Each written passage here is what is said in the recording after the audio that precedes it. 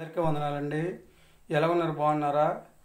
దేవుడిచ్చిన మహావచనాన్ని బట్టి యేసుక్రీస్తు వారి యొక్క పుట్టక వలన మనందరికి కూడా రక్షణ వచ్చినట్లు మనం చూస్తూ ఉన్నాం అనమాట అండి. యేసుక్రీస్తు వారి పుట్టుక సర్వలోకానికి రక్షణ తెచ్చినట్లుగా మనము చూస్తూ ఉన్నాం అనమాట అండి.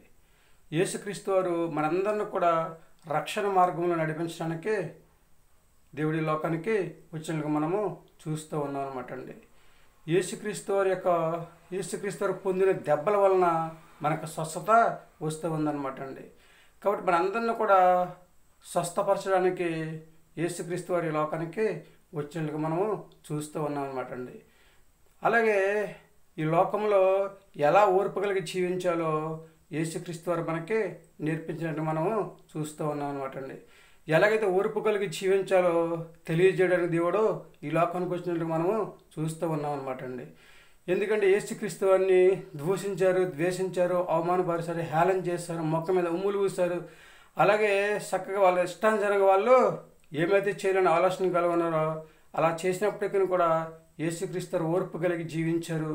వాళ్ళని ఒక్క మాట కూడా ఆయన అన్నట్టుగా మనము లేకుండా చూడలేదన్నమాట అండి. ఎవరిని కూడా ఆయన ఏమీ అనలేదన్నమాట అండి. శత్రువులు సహితము ప్రేమించినట్లుగా మనము చూస్తూ ఉన్నాం అనమాట అండి.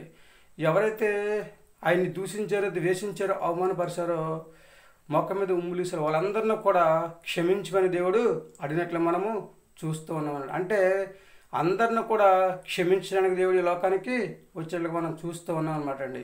మరి ముఖ్యంగా ఎవరైతే పాపం చేస్తూ ఉంటారో, ఎవరైతే పాపంలో పడిపోతూ ఉంటారో వారందరినీ కూడా క్షమించి సరైన మార్గంలో పెట్టడానికి దేవుడు ఈ లోకానికి వచ్చినట్టుగా మనము చూస్తూ ఉన్నాం అనమాట అండి.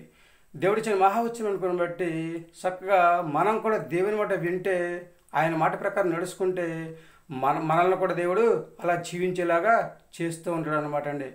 మనకి ఎవరు శత్రువులు లేకుండా మనం అందరితో మంచిగా సమాధానంగా చక్కగా శాంతిగా మాట్లాడే యోగ్యతను దేవుడు మనకు దయచేస్తూ ఉంటాడు అనమాట అండి. కనుక మనందరము కూడా దేవుని మాట విందాం, ఆయన మాట ప్రకారం నడుచుకుందామండి. ఏమంటారు? మీ ఆలోచన మీదే అనమాట అండి. దేవుడు తన ప్రేమను అందరికీ పంచాడు కనుక మనం కూడా దేవుని ప్రేమను పొందుకుని మనం కూడా మన ప్రేమ ఇతరులకు పంచే విధంగా మనము జీవించాలని చెప్పేసి దేవుడు చెప్తూ ఉన్నాడు అనమాట అండి. దేవుడి యొక్క వాక్యం ఏం చెప్తుందంటే, ఎవరైనా సహోదరుడు ఎదురుపడినప్పుడు వాళ్ళకి హృదయపూర్వకంగా వందనాలు తెలియజేయమని చెప్తుంది అనమాట అండి. ఇష్టమైన వారికి వందనాలు చెప్పి ఇష్టం లేని వారికి మానివేసినట్లయితే దానివల్ల ఏమాత్రం కూడా ఉపయోగము లేదనమాట అండి. మన మనసు మార్చుకోవాలి, మన ఆలోచన మార్చుకోవాలి, మన పద్ధతి మార్చుకోవాలి, మన నడవడిక మార్చుకోవాలి, మన స్థితి మార్చుకోవాలన్నమాట అండి. మన స్థితిని మార్చేవాడే దేవుడే, అన్నిటినీ మార్చేవాడే దేవుడే కనుక మనం చేయవలసిందల్లా విశ్వాసంతో ప్రార్థన చేసి దేవుడిని అడిగి, ప్రభువా నేను ఈ లోకంలో ఎలా జీవించాలని చెప్పేసి దేవుడిని అడిగితే దేవుడు మనకు చక్కటి ఆలోచన తెలియజేయడానికి దేవుడి లోకానికి వచ్చినట్లుగా మనం చూస్తూ ఉన్నాం కనుక చిన్నలు, పెద్దలు, వృద్ధులు, యవనస్తులు మీరందరూ కూడా దేవుని మాట వినండి. చదువుకునే పిల్లలతో సహితము దేవుని మాట వినండి, ఆయన మాట ప్రకారం నడుచుకోండి.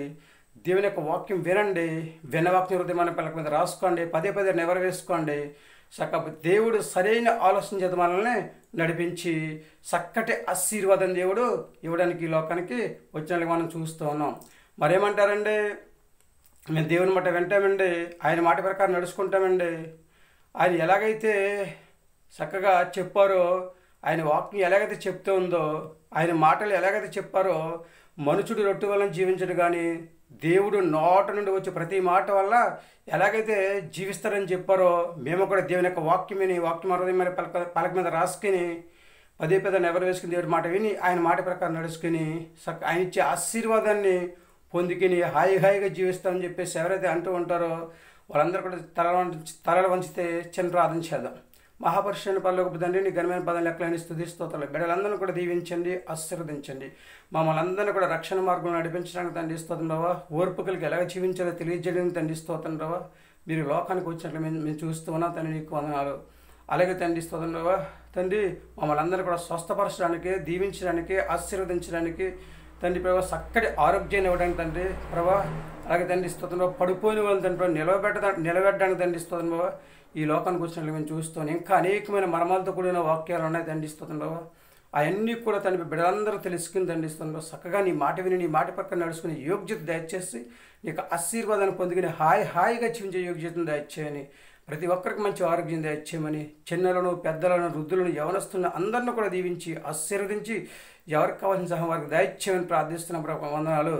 అలాగే దండిస్తున్న ఈ ఆనంద మాసంలో తండిస్తున్నావా, గర్భిణీశీలను తండిస్తున్నావా, అలాగే బాలింతరాలను తండిస్తున్నావా, అనారోగ్యంతో బాధపడుతున్న వారిని, సంతానం లేని బిడ్డలను తండ్రి ప్రభావ, ఉద్యోగం చేస్తున్న వారిని, వ్యాపారం చేస్తున్న వారిని తండిస్తున్నావా, చేతులు చేసుకుంటున్న వారిని తండిస్తున్నావా, వాహనాలు నడుపుతున్న వారిని తండ్రి, ఇలా 1 by 1 అందరిని కూడా దీవించి ఆశీర్వదించి అందరూ తండ్రి ప్రభావ ఆనందంగా ఉండే యోగ్యత ప్రతి ఒక్కరికైనా దయచేయమని, అందరికి మంచి ఆరోగ్యం దయచేయని, మా ప్రార్థనలకు ఇస్తాను మా ప్రార్థన వాళ్ళని దయచేయమని, మా కొరకు తరగడని యేసుక్రీస్తు ప్రశ్న నమ్మని వేడుకొంచున్నాం తండ్రి.